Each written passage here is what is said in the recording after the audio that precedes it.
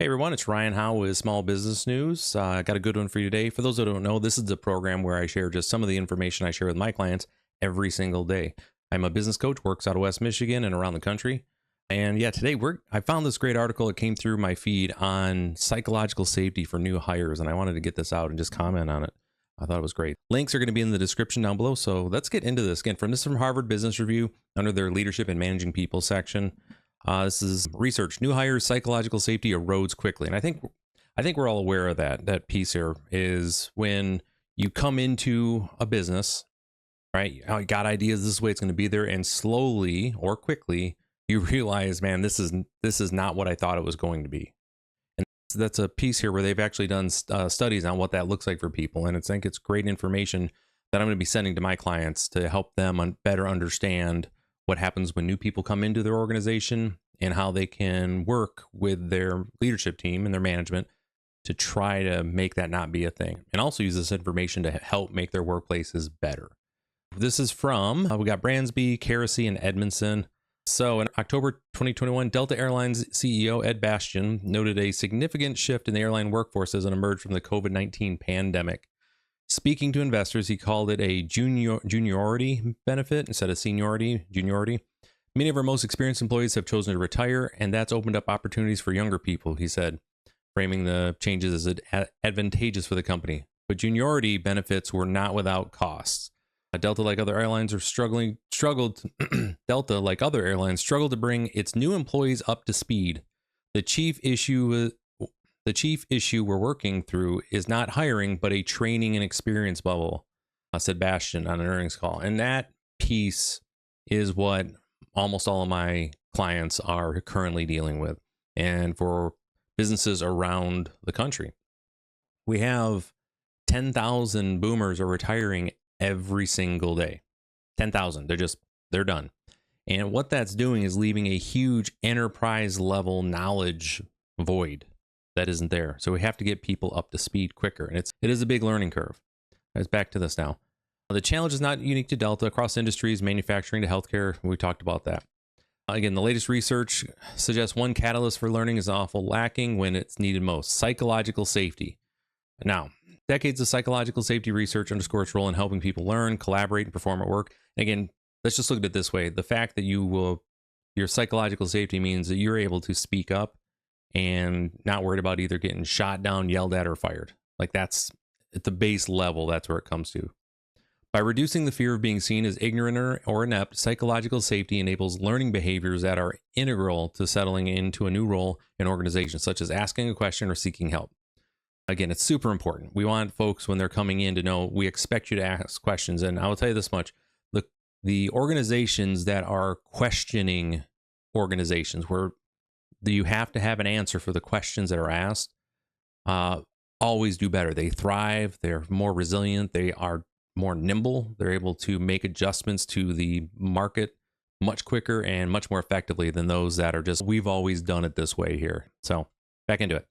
Latest research reveals a fascinating and concerning pattern for psychological safety. They studied more than 10,000 employees, in a large organization discovered that new hires' psychological safety eroded swiftly. On average, newcomers joined the organization with a higher psychological safety relative to their more tenured colleagues, and then lost it and waited years to reach levels that were comparative. So it takes years. So let's take a look at this.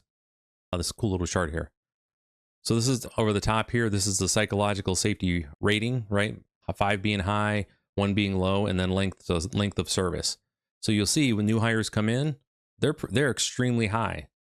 However, it goes down quickly as they move down here, and then they slowly build back up over 25 years. This swoosh, as we started referring to, piqued our interest. It was persistent, held across years, before, during, and after the COVID-19 pandemic, and across characteristics like race and gender. It just exists within businesses, so you're going to have that. Now, why would new hires lose psychological safety? After making it through the hiring process, you feel confident you were hired for a reason, eager to do a good job. Soon, however, you may find that things aren't quite as you imagined, as I mentioned right at the beginning. A single problematic interaction can kill the psychological safety you initially experienced. To prevent this from happening, leaders need to understand why newcomers are vulnerable to this loss. Reality shocks. Expectations about a new organization are invariably altered after the arrival. Something happens that says, oh man, this is not what I expected. Consider the difference between a positive and negative experience following an interpersonal risk, right? That risk is asking that question or saying, man, I'm not sure about this. Do you mind? So imagine your manager responds thoughtfully when you report a problem. Psychological safety remains intact. In contrast, a moment of dismissal or humiliation for having raised it at all dramatically inhibits your willingness to try again, that getting shut down. And, that's something that as managers and leaders, you need to be very, very attuned to.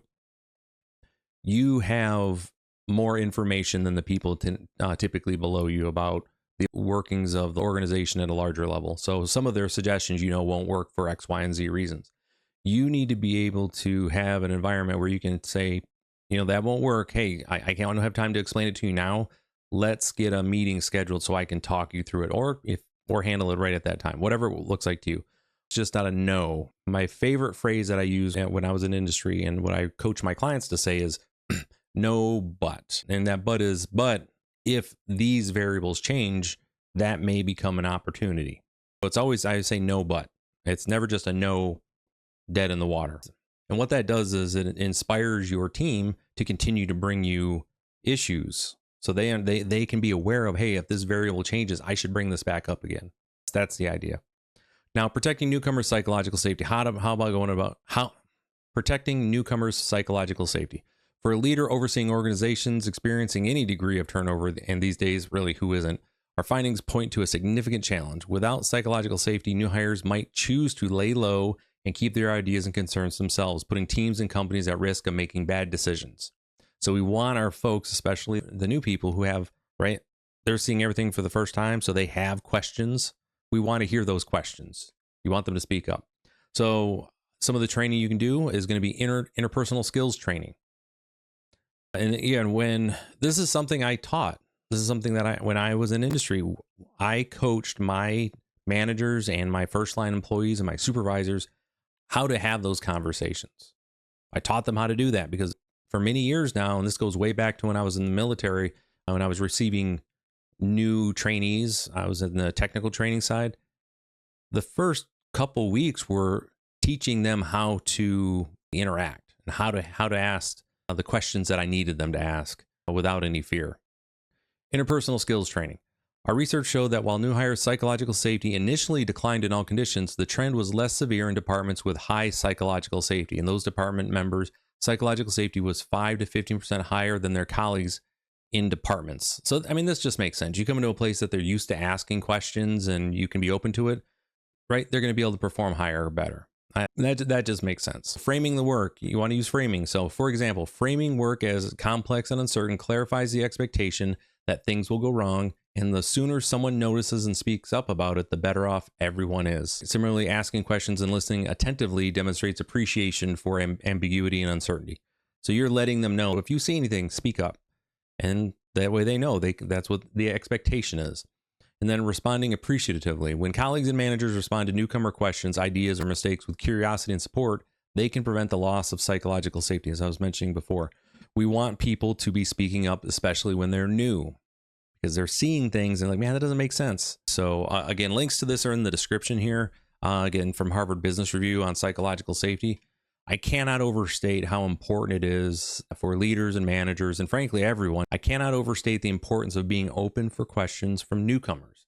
The new blood that you have in your organization, you want to hear every single why question that they have. It's going to help you identify those blind spots that you have in your, it's going to help you identify those blind spots you have in your organization. With that, I got one more thing here. It's just a little sneak peek for anybody who made it this far. I want to talk about marketing real quick. So let me jump into this. It's real quick. And I think you guys will appreciate this. Those who made it this far. And if you did make it this far, hopefully I earned your subscription today. So let's take a look at this. So marketing in 2024, the first half, which I don't really want to talk about the big boys and CMOs. I want to talk about where's it at here? Gen Z breakdown. There's a couple things I want to point at here, especially on the retail side. So Gen Z breakdown, 50% of Gen Z consumers believe the financial system is rigged against them, compared to just 28% of baby boomers. So half of them got it figured out. 58% of Gen Zers fear screen addiction has negatively impacted real world relationships. 21% of social media users report purchasing a product based on an influencer's recommendation. So that's up a third from the year before. 43% of Gen Z and millennials purchased something directly on a social media platform in the first quarter of 2024. That is significant. Facebook Marketplace, that Instagram Market Shop, those things, right? That's what they're buying from. So I just wanted to come back and take a look. Again, links to this will be in the description. Give it a look. I'm always looking for these type of surveys that are out there just to kind of help me have a better understanding, specifically in the marketing world, so that way I can help my clients spend their marketing dollars wisely. So with that, thank you for hanging out this long. Appreciate it. Take care, and I will see you next time.